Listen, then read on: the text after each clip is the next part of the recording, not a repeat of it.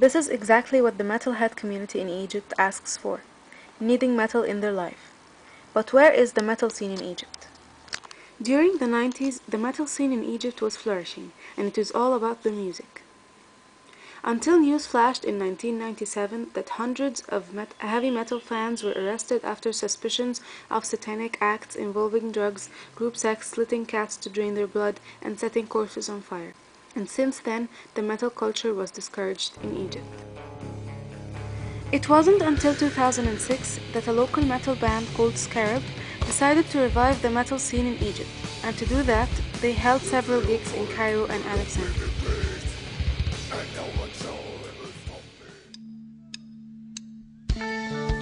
Idle Mind emerged in 2003 with the idea of creating music free of all genre and taste restrictions, free of stereotypes and cliches.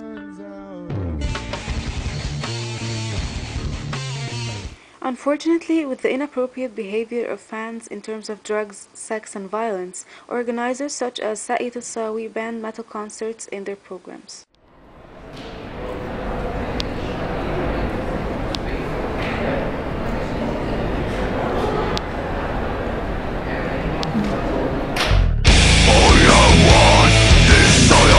This is Pierre, who is headbanging out of enjoyment with the metal music. Pierre revealed that he is of Christian faith, which made us ask if metal music, a genre known to be anti-Christian and anti-religion, conflicted with his faith. That doesn't go against my religious ideals because, again, I don't care about the lyrics, I only care about the music itself. And I don't see what the problem religious people have with metal at all. An embodiment of metal music and religion is Zaina. So, this is me a year ago. I was veiled, as you can see. I was still a metalhead, and now I took off the veil, and that is mostly how I look. I'm still the same person, only without the veil. According to our culture, a metalhead cannot be veiled. Or, according to our culture, metalheads are satanics. I beg to differ. I'm a Muslim, yet I'm a metalhead. Why do I listen to metal music? A bunch of people asked. Well, basically because I think it's good music, I enjoy it, and I think it speaks to me. And that's basically why people listen to music in general, right? So I think that metal music in general is just misunderstood.